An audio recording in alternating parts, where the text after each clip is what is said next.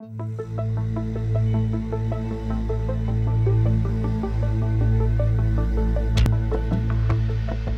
beaucoup, Vincent.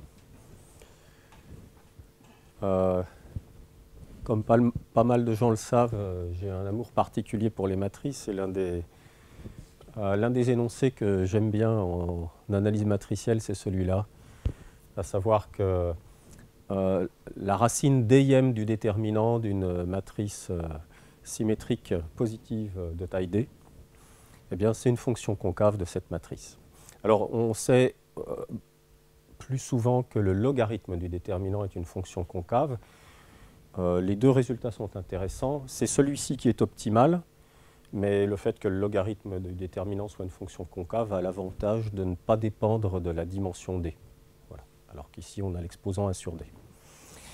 Maintenant, si j'applique l'inégalité de Jensen, je déduis immédiatement de cette proposition que si j'ai une matrice à valeur, enfin si j'ai une application à valeur matricielle symétrique positive, alors la moyenne de cette expression-là est inférieure ou égale à cette expression-là de la moyenne. Bon, ok. Mais je vais m'intéresser à des tenseurs, donc des applications à valeur symétrique positive, mais qui ont en plus la propriété d'être à divergence nulle. Alors la divergence pour quelque chose qui a valeur matricielle, je prends simplement la divergence par ligne, ou par colonne c'est équivalent puisque la matrice est symétrique. Donc ce sont ces expressions-là qui doivent être nulles. J'ai de bonnes raisons de le faire et je donnerai les applications de cette analyse. Donc la question maintenant c'est, j'ai une contrainte sur mes tenseurs qui est la contrainte de divergence nulle. Est-ce que ça me permet d'aller plus loin? Tout à l'heure j'avais une inégalité avec un exposant 1 sur d, qui était optimale parce qu'une telle inégalité pour une fonction de t, elle ne peut être satisfaite pour tout t que si cette fonction est concave.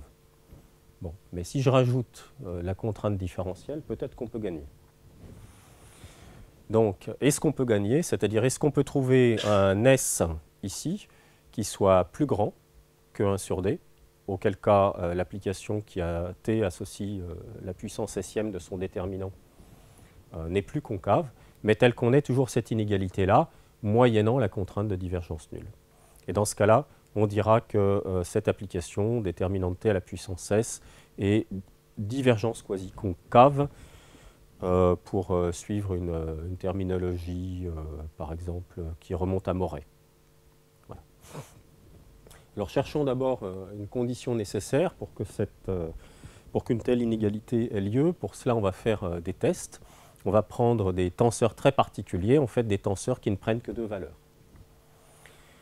Donc j'ai une fonction caractéristique qui, j'ai une direction xi, et en fonction de la valeur de x scalaire xi, j'ai soit la matrice A, soit la valeur A, soit la valeur B, qui sont deux matrices symétriques positives.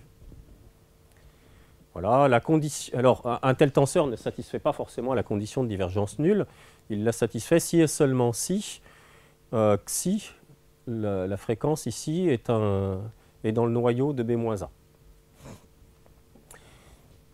Alors évidemment, les moyennes sont triviales à calculer. On trouve évidemment que la moyenne d'une fonction n'importe laquelle de t, ce sera θ f de A plus 1 moins θ f de B. Θ, c'est les proportions données par qui et par 1 moins qui. Ok, donc on va appliquer ça au déterminant à la puissance s. Peut-être d'abord un énoncé général. Donc si une fonction f satisfait une telle inégalité sous la contrainte de divergence nulle, alors elle doit être, c'est une condition nécessaire, elle doit être concave sur chaque segment dont les extrémités sont séparées par telle que B-A est une matrice de déterminant nul, puisqu'il nous faut un vecteur fréquence qui soit dans le noyau. Voilà. Donc si j'appelle lambda l'ensemble des matrices symétriques de déterminant nul, on dira que f est lambda concave. Donc une condition nécessaire pour être divergence quasi-concave, c'est que f soit lambda concave. Appliquons ceci au déterminant, à une puissance du déterminant. On voit facilement, un petit calcul algébrique, que la puissance sième du déterminant et lambda concave sur le cône des matrices symétriques positives, si et seulement si S est inférieur ou égal à 1 sur D moins 1, ce qui est un petit peu meilleur que 1 sur D, c'est un peu plus grand. Donc cet exposant-là, pour... J'arrive pas à viser, voilà. Cet exposant-là, pour S plus grand que 1 sur D, entre 1 sur D et 1 sur D moins 1, est lambda concave, mais n'est pas concave. Alors, puisque donc, le déterminant à la puissance 1 sur D moins 1 passe le test de lambda concavité, on peut se demander si c'est une fonction quasi-concave. Donc, ça sera la question qui va nous orienter pendant une partie de l'exposé. Hein, est-ce que, par exemple, ici, je suppose que mon tenseur à divergence nulle est périodique selon un réseau gamma. Hein, est-ce que pour tout tenseur périodique, la moyenne du déterminant la puissance 1 sur D-1 est inférieure à la racine des moins unième du déterminant de la moyenne. Voilà. OK. Avant de donner la réponse, je vais motiver un peu le travail, c'est-à-dire que je vais expliquer d'où viennent ces tenseurs symétriques à divergence nulle. Donc, je rappelle juste la définition. Donc, T est à valeur symétrique, semi-définie positive, et à divergence nulle par ligne. Voilà. Alors là, je présente les équations d'Euler, donc pour la dynamique d'un gaz non visqueux. Donc un gaz, c'est un fluide compressible qui est décrit par un champ de vitesse V. Il y a des variables internes qui sont la densité, la pression, l'énergie interne, E, l'entropie S. Et il satisfait des lois de conservation standards, hein, qui sont la masse, la quantité de mouvement et l'énergie. Donc, tous ces champs dépendent du temps t et de la variable spatiale que j'appelle ici y. Et donc, par exemple, la conservation de la masse, c'est d ρ sur dt plus la divergence de ρv égale 0. Bon, donc, la quantité de mouvement, c'est la loi de Newton, hein, c'est la loi d'accélération. Il y a un terme de nature un peu géométrique ici. Et puis ensuite, il y a la loi de conservation de l'énergie, dont je me servirai un peu moins que les deux autres. Ce qui va m'intéresser beaucoup, c'est la conservation de la masse et de la quantité de mouvement. Sachant qu'après, on peut avoir des modèles complets, c'est ce que j'ai écrit ici, ou un modèle isentropique ou isotherme, dans lequel, par exemple, l'entropie pourrait être constante, ou bien la température pourrait être constante. Et dans ces cas-là, on se limite aux deux premières équations, et la troisième devient une inéquation qui est compatible avec les deux premières. Alors les deux premières lois, conservation de la masse et quantité de mouvement, nous permettent de décrire un tenseur symétrique positif à divergence nulle. Voilà, donc c'est ce tenseur T, dont la première ligne est formée de ρ et de ρv. Donc ici, vous avez, quand vous prenez la divergence, vous avez la conservation de la masse, et la deuxième ligne vous donne la conservation de la quantité de mouvement. Alors, ce tenseur T, c'est la somme d'un tenseur qui est de rang 1, parce qu'ici, vous avez grand V tensoriel grand V, et grand V, c'est ce vecteur-là, et multiplié par ρ, ce qui ne change pas le rang, plus cette matrice qui est de rang n, sachant que ces matrices sont de taille n plus 1. C'est notre DPT, hein, Divergence Free Positive Tensor, symétrique tensor. Et un calcul rapide qui utilise la formule du complément de Schur vous dit que le déterminant de t est égal à ρ p puissance n.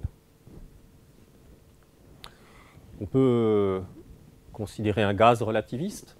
Alors, pour un gaz relativiste, l'équivalence masse-énergie ou matière-énergie fait qu'on n'a plus d'un côté une conservation de la masse, de l'autre côté une conservation de l'énergie. On a une seule équation. Les équations se présentent sous cette forme-là. Et en fait, toutes ces quantités-là sont positives, forment un tenseur positif qui est symétrique de manière évidente. Et à divergence nulle, ce sont les lois de conservation qui sont écrites.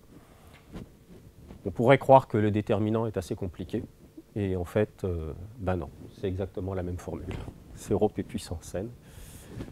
Voilà, il y a une explication. Hein. On peut choisir son référentiel, et dans un référentiel bien choisi, on revient aux équations précédentes. Est-ce que ça marche pour les équations de Navier-Stokes? Ben non, parce que dans les équations de Navier-Stokes, le tenseur des contraintes qui était moins P identité pour l'équation de l'air est complété par les termes des forces visqueuses. Voilà. Et là, ben, vous ne pouvez rien dire sur le signe de cette matrice symétrique.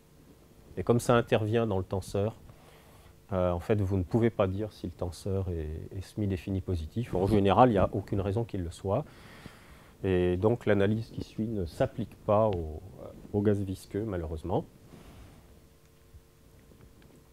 Alors, ce qui est très intéressant, c'est qu'en revanche, elle s'applique au cas des gaz raréfiés, qui sont décrits par des équations cinétiques. Donc, pour un gaz raréfié, la vitesse, maintenant, n'est plus une fonction du temps et de la position, mais ça devient une variable indépendante, pour faire un anglicisme.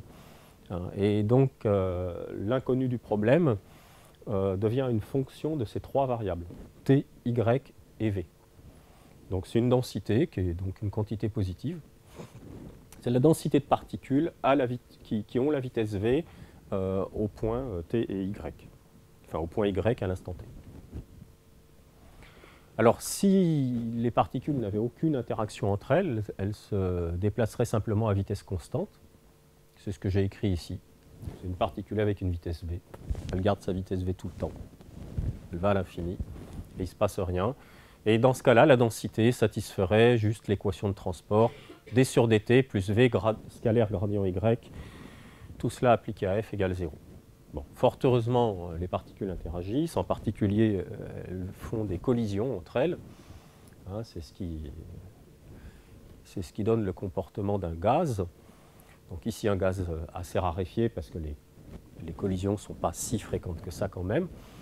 Et donc, on obtient une équation qui est une équation cinétique. Il y a un passage à la limite, hein, là, quand même, parce que les collisions, on considère quand même un grand nombre de collisions dans un certain domaine. Hein. C'est un peu intermédiaire entre les équations de Newton et les équations de l'air. Donc, on obtient une équation cinétique dans laquelle le second membre donc, décrit ces collisions. Et on a pas mal de modèles possibles, mais en tout cas, c'est un opérateur non local en la variable de vitesse. C'est un opérateur qui est non linéaire. Souvent, par exemple, il sera quadratique, mais pas forcément. Il y a des modèles un peu académiques pour lesquels il ne l'est pas. Et il vérifie un principe du minimum qui assure que f restera positif au cours de l'évolution, au cours du temps. Alors, parmi les modèles, évidemment, le modèle roi, c'est l'équation de Boltzmann. Mais il y a des modèles plus académiques comme BGK, Batnagar, Grosskreutz, des modèles à répartition discrète des vitesses. Ce qui est important, c'est qu'ils ont tous en commun la conservation de la masse, de la quantité de mouvement et de l'énergie. C'est-à-dire que, par exemple, pour n'importe quelle fonction g raisonnable, quand vous considérez le Q de g, donc qui est le résultat des interactions, des collisions, c'est une quantité dont l'intégrale en vitesse est nulle, dont le premier moment en vitesse est nul, et la trace du second moment en vitesse est nulle. Donc on appelle ces moments ρ, m, et puis e, j'utilise aussi s, et on obtient les lois de conservation, donc toujours les mêmes.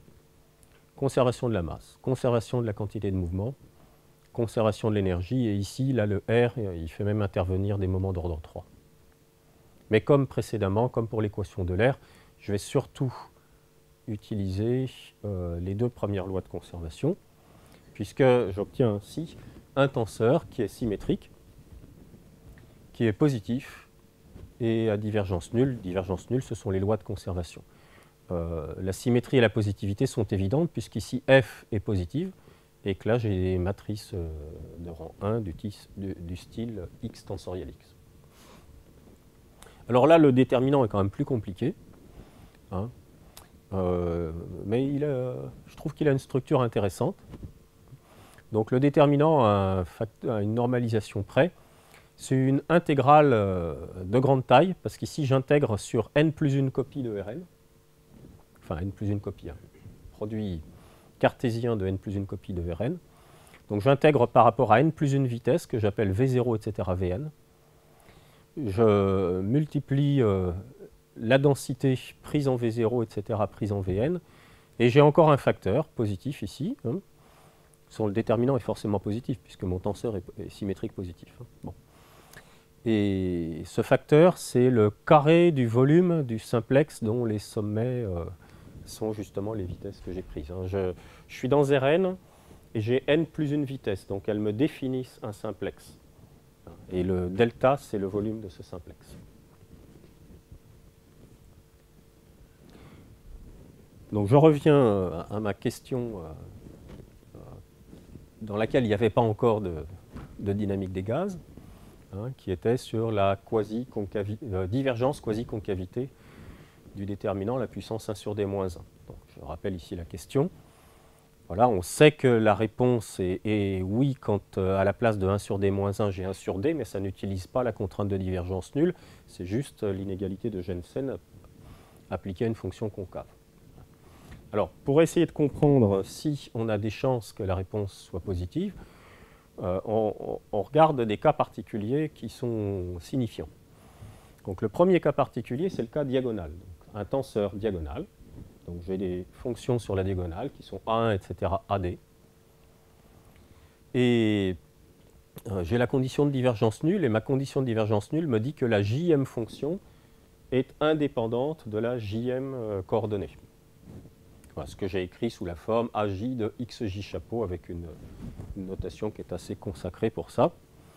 Et donc la question précédente, voilà, elle serait écrite sous cette forme. Est-ce que pour des fonctions AJ qui sont positives et qui ne dépendent pas de XJ, on a cette inégalité-là en général? Et la réponse est oui. Oui, en fait, c'est une conséquence immédiate du théorème suivant de Galliardo. Ceux qui enseignent les distributions et les théorèmes d'injection de Sobolev, en général, connaissent cette inégalité-là. Ça fait une démonstration assez fabuleuse des théorèmes d'injection de Sobolev. Voilà, donc sous la forme de Galliardo, je la donne. Hein.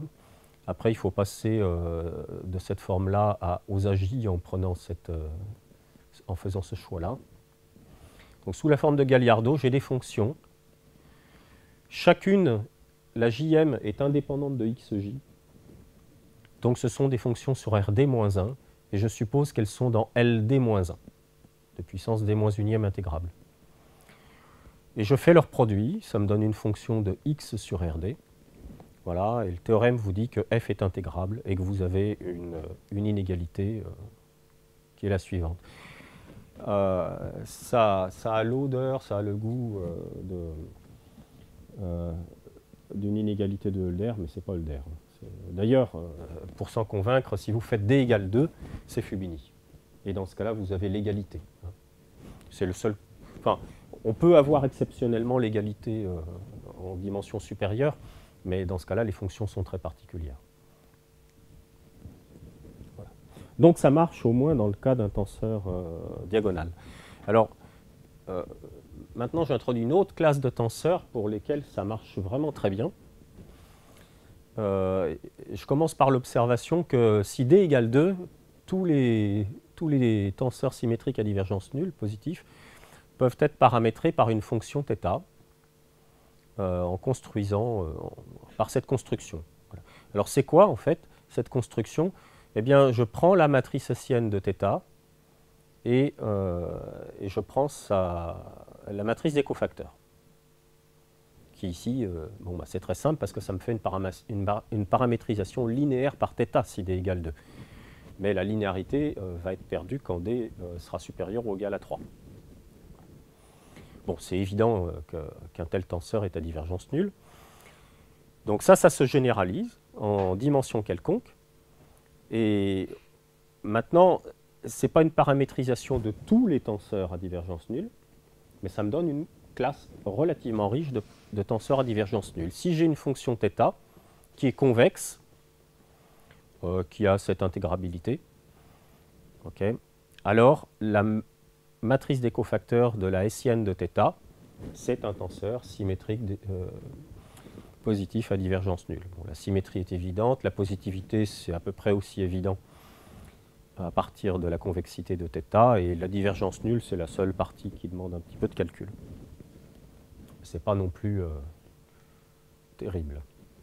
Voilà. Alors, je vais considérer donc le cas où d2θ est périodique. Bien entendu, une fonction convexe, elle est rarement périodique, nous sommes d'accord. En revanche, d2θ peut être périodique, c'est ce qui arrive quand θ est la somme d'une fonction périodique et d'une fonction quadratique. Voilà. Évidemment, on se débrouillera quand même pour que l'ensemble ici soit convexe, hein, ce qui veut dire que la matrice S soit suffisamment grande. La partie affine ne joue aucun rôle, en particulier quand on calcule la matrice hessienne, la partie affine disparaît. Il me reste juste cette matrice S et la hessienne de ρ. Alors, calculons les coefficients du tenseur T. Hein, T, c'est les cofacteurs de d2θ, les cofacteurs de cette quantité-là. Évidemment, quand je calcule des cofacteurs, ce sont des mineurs, je vais nécessairement avoir déjà les cofacteurs de S. Et puis, il va me rester des choses, mais ces choses-là vont être ce qu'on appelle des Lagrangiens nuls. En fait, ça va être des divergences de quelque chose de périodique. Et ce qui fait que quand je vais intégrer sur un domaine fondamental, ben, l'intégrale de la divergence ici va donner 0. Okay. Et donc, la moyenne de T, c'est juste la hessienne, la matrice des cofacteurs de S. Alors, et c'est là où on va voir maintenant l'importance de l'exposant 1 sur d-1, c'est que il se trouve que quand T, c'est la matrice des cofacteurs d'une matrice, ici de d2θ, eh bien, la racine des moins unième de son déterminant, c'est juste le déterminant de la hessienne. Et ici, je refais un calcul du même tonneau. Le déterminant de la hessienne, ça va être le déterminant de S plus des choses qui sont une divergence de quelque chose de périodique. De sorte que quand je vais intégrer le déterminant à la puissance 1 sur d, bah, il va me rester seulement déterminant de S. Alors maintenant, je rassemble ces deux informations, celle-ci et celle-là. J'utilise le fait, évidemment, que le déterminant de S chapeau, c'est le déterminant de S à la puissance d-1. Voilà, et j'obtiens cette information. Et là, c'est remarquable parce que je cherchais l'inégalité et j'ai obtenu l'égalité. Donc là, j'ai une classe qui est quand même relativement riche, qui va me donner un cas d'égalité si jamais mon inégalité est bien satisfaite tout le temps. Voilà. Bon, bah, le résultat, c'est qu'effectivement, l'inégalité qu'on espérait, elle a lieu. Donc ici, cas périodique, donc j'ai un réseau gamma, j'ai un tenseur symétrique positif à divergence nulle. Je suppose qu'il est localement intégrable, donc intégrable sur n'importe quel domaine fondamental. Alors on a mieux. En termes d'intégrabilité, on a mieux que ce qui est lisible dans les hypothèses, parce que le déterminant de t à la puissance 1 sur d-1 est intégrable. Ça ne découle pas directement de l'intégrabilité locale de t, parce que ça, c'est homogène de degré d sur d-1 en t. Et on a donc cette inégalité-là. Et cas d'égalité, alors si, bon, je pense qu'on devrait pouvoir supprimer l'hypothèse de régularité, mais enfin bon, si t est suffisamment régulier, et s'il est uniformément positif, alors l'égalité ici a lieu si et seulement si t est bien la matrice des cofacteurs d'une hessienne, d'une fonction convexe. Alors dans le cas d'un domaine borné, l'inégalité va un peu changer. Elle va mettre en jeu une intégrale de bord qui va porter sur la trace normale de t, c'est-à-dire le produit de t par la normale unitaire au bord du domaine. Alors cette trace normale, elle a bien un sens, au moins dans un espace de distribution assez faible, à cause de la condition de divergence nulle. Donc le théorème Là, malheureusement, je ne sais pas démontrer le gain d'intégrabilité. Je suspecte qu'on l'a quand même, mais pour l'instant, je n'ai pas réussi à le démontrer. Donc, je mets cette intégrabilité-là avec l'exposant d sur d-1 dans les hypothèses. Mais je pense que L1, ça devrait suffire. Donc, je suppose que la trace appartient à L1. Alors, la trace, on sait qu'elle existe dans un certain espace de Sobolev d'indice négatif, mais je suppose qu'elle est intégrable sur le bord. Alors, j'ai cette inégalité-là. Donc ici, vous avez l'intégrale de la norme de Tn sur le bord, à la puissance qu'il faut pour que l'inégalité soit homogène par rapport à T. Et là, vous avez une constante qui est optimale, on va voir. Pourquoi? C'est parce qu'on a un cas d'égalité. Donc si T, à nouveau, est régulier et uniformément positif, alors l'égalité a lieu dans cette inégalité. Si et seulement si, eh bien, il existe une fonction convexe, θ, qui va donc du domaine oméga, dans R, telle que d'une part, T, c'est la matrice des cofacteurs de la hessienne, et d'autre part, telle que l'image du domaine par le gradient θ. Alors le gradient θ, comme on a une fonction convexe, c'est une... disons que si elle est fortement convexe, strictement convexe, ça va être une bijection sur l'image. Donc là, le cas d'égalité, ça sera quand l'image de oméga par gradient θ est une boule centrée à l'origine. Alors, on peut déduire un certain nombre de résultats de ces deux théorèmes, mais en voici un qui est assez surprenant. C'est que quand on applique le deuxième théorème à un tenseur trivialement symétrique positif à divergence nulle, à savoir l'identité partout, on retrouve l'inégalité isopérimétrique, où l'égalité a lieu si et seulement si oméga est une boule. Ah, j'ai oublié, dans le théorème ici, le domaine doit être convexe. Donc ça peut paraître bizarre d'avoir l'inégalité isopérimétrique seulement pour les domaines convexes. Zut. Voilà. Mais en fait, il y a...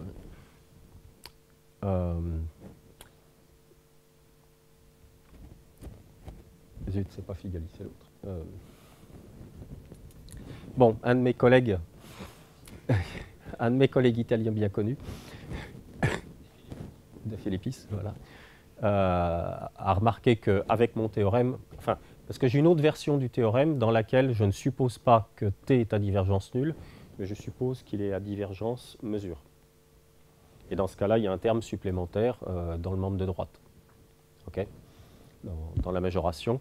Et en utilisant cette version-là du théorème, alors on peut obtenir l'inégalité isopérimétrique pour n'importe quel domaine. Allez, on va quand même essayer les preuves. Je pense qu'on peut y arriver. Voici la preuve dans le cas périodique. Donc je vais utiliser une EDP qui est l'équation de Monge-Ampère. Donc l'équation de Monge-Ampère, hein, c'est déterminant de d2θ égale f. Voilà. Alors quel f je prends? Ben, exactement la quantité que je veux intégrer, déterminant de t à la puissance 1 sur d-1. Et ici, j'écris une égalité triviale, voilà, qui va servir tout à l'heure. Alors, dans le cas périodique, je vais utiliser une version due à Yan Li, qui dit que si je prends une matrice qui est symétrique définie positive, et qui a le bon déterminant, c'est juste la condition de compatibilité pour f, pour espérer avoir une solution, alors effectivement, cette équation admet une solution périodique. Alors θ n'est évidemment pas périodique, c'est ρ qui sera périodique. Ou bien, si vous préférez, la hessienne de θ qui sera périodique. Et θ est convexe. Donc là, je reviens à mon égalité triviale ici. Et j'écris que f, c'est déterminante des deux θ. Et j'avais déjà un déterminant ici. Donc en fait, là, j'ai un produit de deux déterminants. Donc c'est le déterminant du produit. OK. Alors, ça, c'est la racine dm d'un déterminant de taille d. C'est donc la moyenne géométrique des valeurs propres. Et on a l'inégalité arithmético-géométrique. Ok. Encore faudrait-il savoir que les valeurs propres sont des nombres positifs, sinon on ne peut rien dire. Ben, ils le sont. Ils le sont parce que bien que la matrice qu'on rencontre ici, qui est le produit de deux matrices symétriques définies positives, bien que cette matrice ne soit pas symétrique, le produit de deux matrices symétriques définies positives, c'est une matrice diagonalisable à valeur propre réelle, positive. Voilà. Encore un truc que j'aime bien pour les matrices. Voilà. Bon. Et donc on peut appliquer l'inégalité arithmético-géométrique. Voilà, la moyenne géométrique, c'est-à-dire la racine des ièmes du déterminant, est inférieure ou égale à la moyenne arithmétique, c'est-à-dire 1 sur d fois la trace de la matrice. Donc la trace de ma matrice, qui est là, voilà, donc trace de TS et trace de T d de ρ. Alors en utilisant la contrainte de divergence nulle, la trace de T d de ρ, ça devient la divergence de T gradient ρ. À nouveau, l'intégrale d'une divergence d'une quantité périodique, ça va faire 0. Et donc quand j'intègre ceci sur un domaine fondamental, je trouve donc que la moyenne de f, c'était le premier membre, est inférieure ou égale à 1 sur d fois la moyenne de la trace de Ts. Et S, c'est quelque chose qui est constant, donc ça sort de l'intégrale. Et j'ai du mou là-dedans. J'ai du mou parce que S, c'était juste une matrice symétrique définie positive qui satisfaisait cette contrainte. Donc je vais choisir parmi toutes les S possibles celle qui minimise le second membre. Voilà, bon, c'est donné ici, ok. Et donc on obtient une majoration de la moyenne de f qui est exactement l'inégalité demandée. Donc c'est assez facile de remonter, l'ensemble des arguments pour établir le cas d'égalité, bien entendu. Le fait qu'on a un gain d'intégrabilité, je ne l'ai pas dit, là je l'ai caché un peu, mais pour la démonstration ici, à cause de la résolution de l'équation de Monge-Ampère, j'avais besoin de savoir que f était assez régulière et strictement positive, uniformément positive.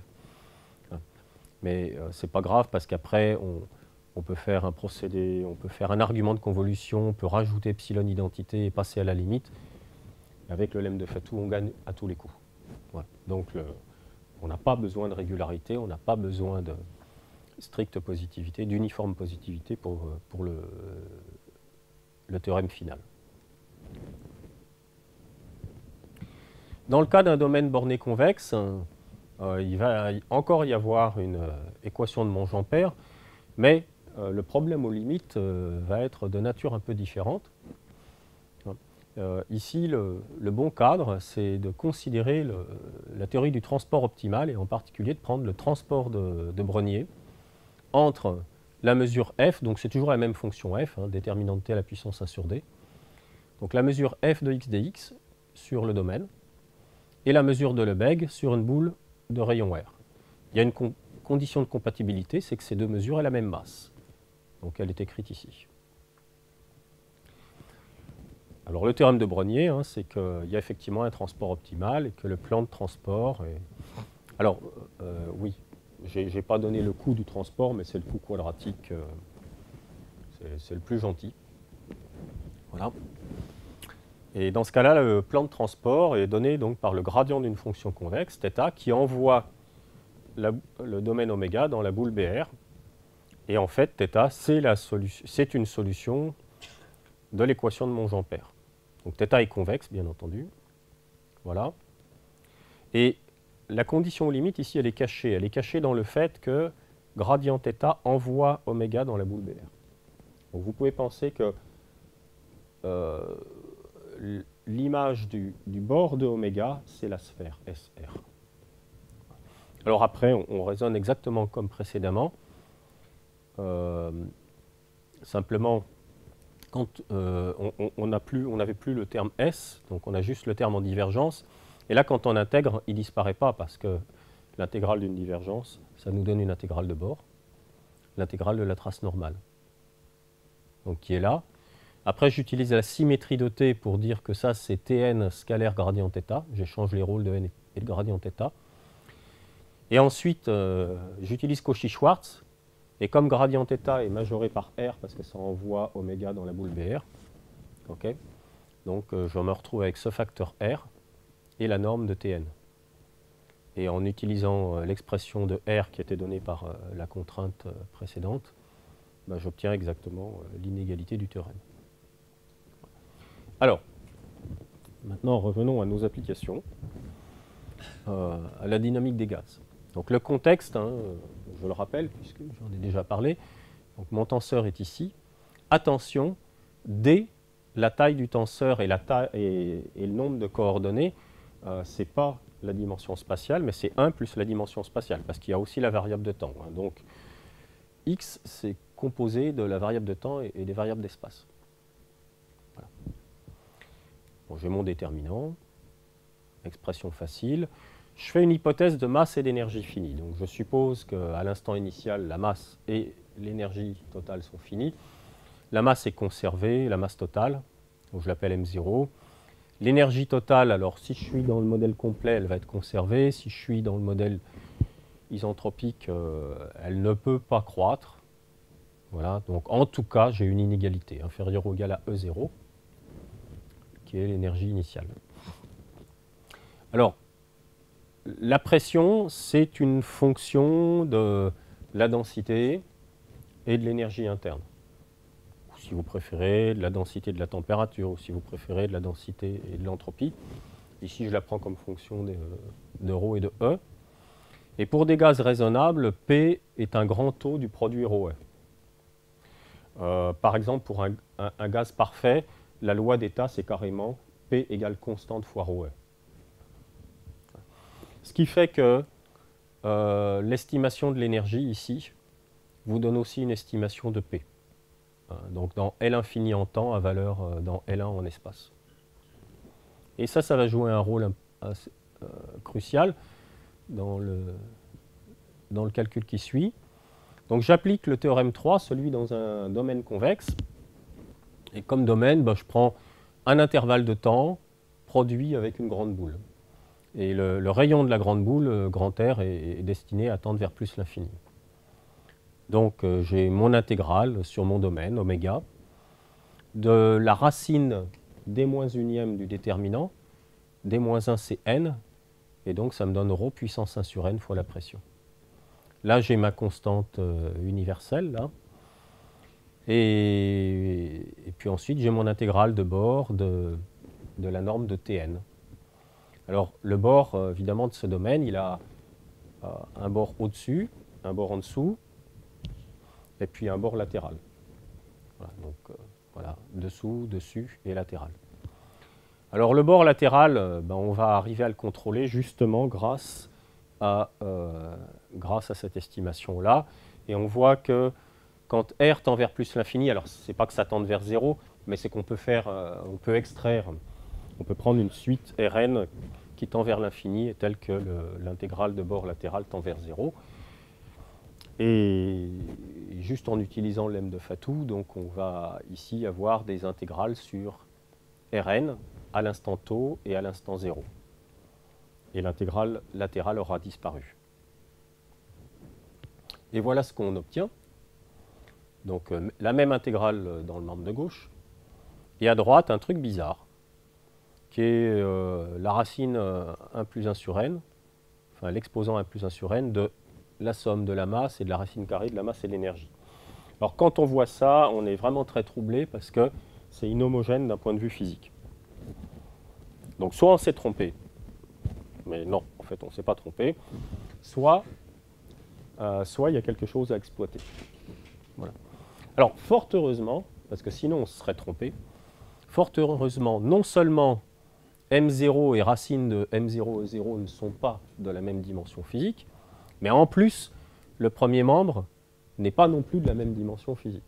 Parce que si jamais il y en avait deux qui étaient de la même dimension physique et pas le troisième, là vous pouvez montrer que vous vous êtes trompé. En revanche, ici ça nous donne la liberté de faire des changements d'échelle, d'utiliser l'inégalité à n'importe quelle échelle, et après d'optimiser le choix de l'échelle. Donc je vais garder la même variable spatiale, dilater dilatée ou contractée, la variable de temps. Évidemment, ça conduit à modifier la densité, à modifier la vitesse. Ici, il se trouve que la pression va être conservée. Voilà. Donc on obtient une inégalité qui maintenant dépend du paramètre de dilatation ou contraction, et on prend le meilleur paramètre. Alors à une constante près, le meilleur paramètre, c'est celui-ci, c'est racine de E0 sur M0, et là on obtient une inégalité qui est homogène.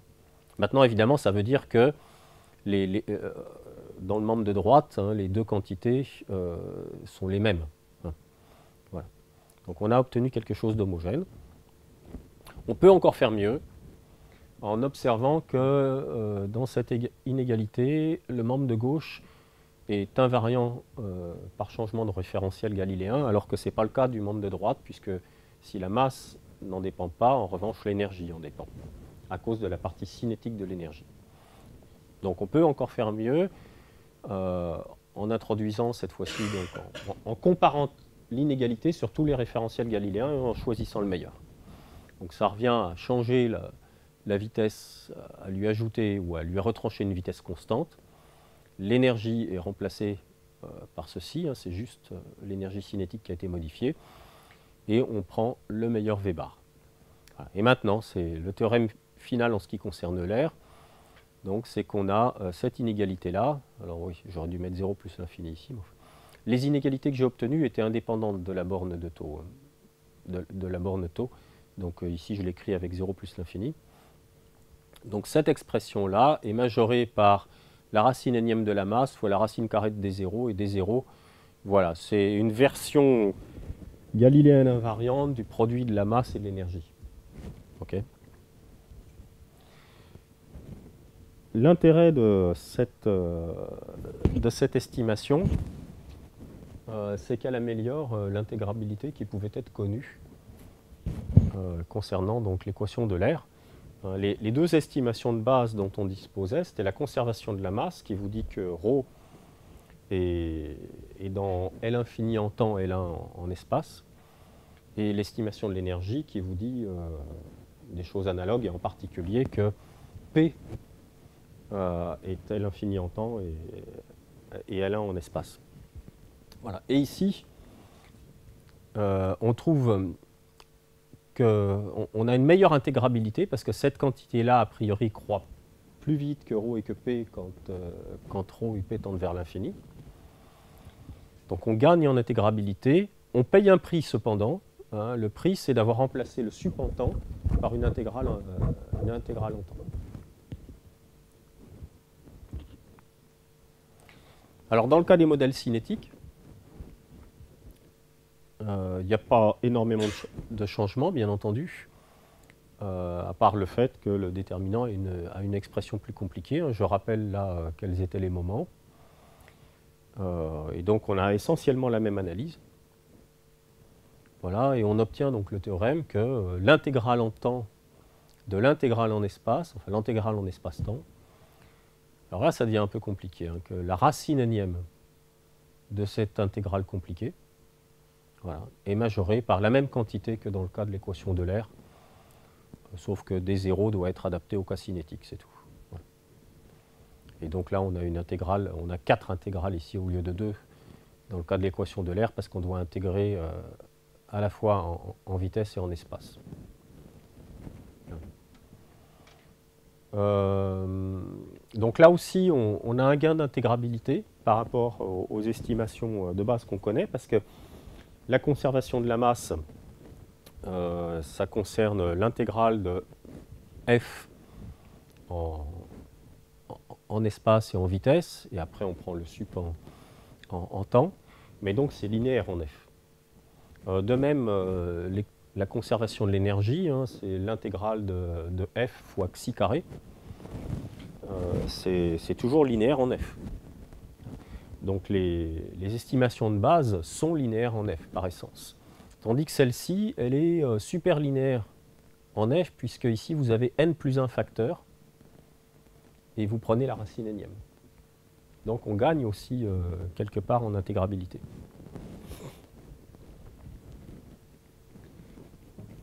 Alors, il y aurait pas mal de choses à faire sur l'équation de Boltzmann, et pour l'instant, on en est encore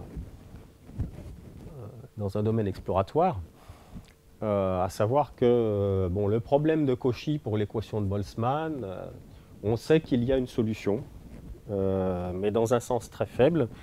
Hein, ce sont les solutions renormalisées introduites par Di-Perna et Pierre-Louis Lyons. Ce ne sont pas des solutions au sens des distributions. En particulier, elles ne sont pas assez bonnes pour qu'on puisse donner un sens au second membre Q de F dans l'équation. Donc l'un des enjeux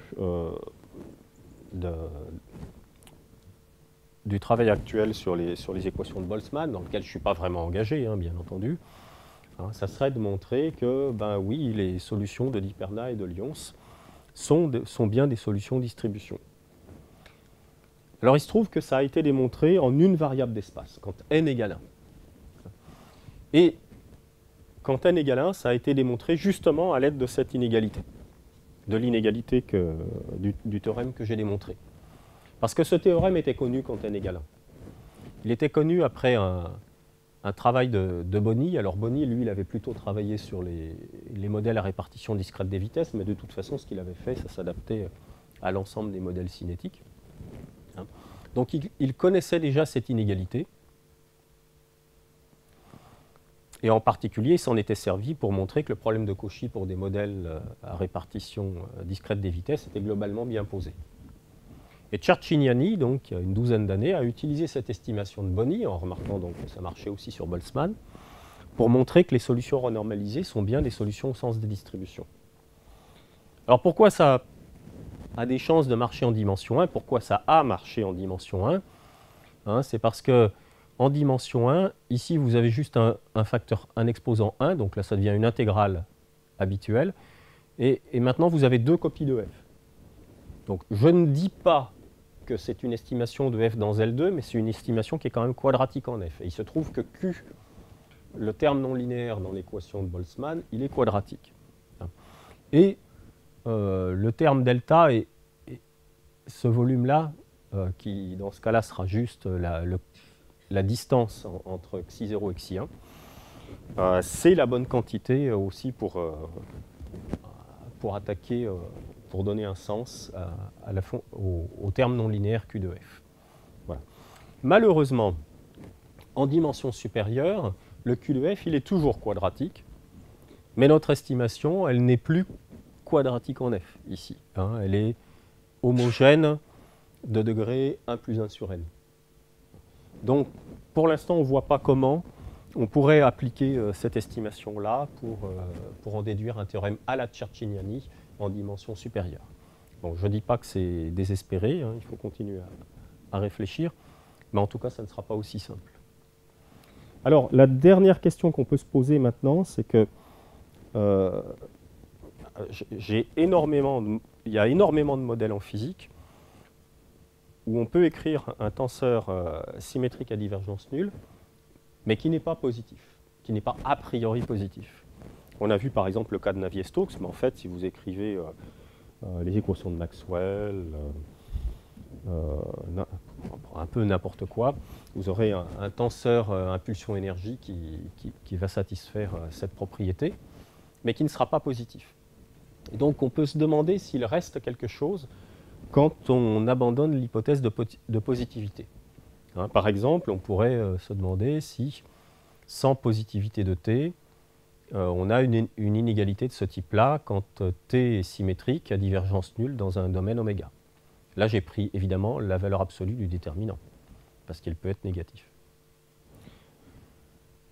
Donc j'ai essayé ça sur un exemple, celui de l'équation des ondes. Pour l'équation des ondes, on peut construire le tenseur suivant, qui est à divergence nulle. Donc la première ligne, c'est la conservation de l'énergie, et la deuxième, on va dire que c'est la conservation des moments, si on veut.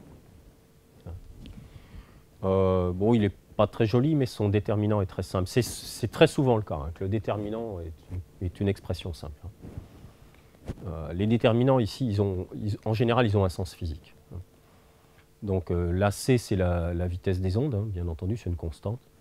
Et donc vous avez un exposant n plus 1 ici, Et là, vous avez ut carré moins c carré gradient u carré. Voilà. Donc la question, c'est est-ce que dans ce cas-là, parce qu'en raisonnant comme dans le cas de la dynamique des gaz, si j'avais cette inégalité-là, j'obtiendrais une majoration du déterminant à la puissance 1 sur n, intégrée en espace-temps, une majoration par l'énergie totale à la bonne puissance, avec le bon exposant. Donc, est-ce qu'on a cette inégalité-là en général pour l'équation des ondes? A priori, elle a l'air assez gentille, hein, pour deux raisons. Parce que ça, c'est une forme quadratique qui s'annule, qui a des propriétés de nullité dans les directions du cône caractéristique. Et l'autre, c'est que tout est parfaitement homogène, hein, invariant par les dilatations, etc. Alors, cette inégalité est vraie si n égale 1, mais l'équation des ondes en dimension 1, c'est quand même pas terrible. Et en fait, on doit même avoir une égalité, je pense, dans ce cas-là. Et de toute façon, elle est vraie, mais d'un autre côté, en dimension 1, c'est le seul cas où on est assuré que le tenseur est positif. Voilà. Et dès que la dimension est supérieure ou égale à 2, le tenseur n'est plus positif en général.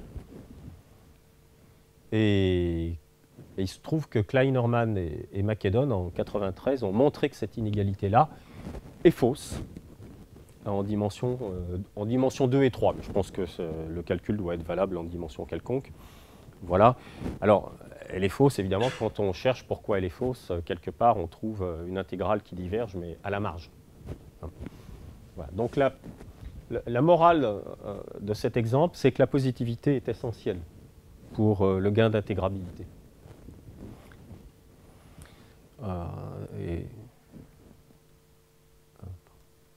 Merci.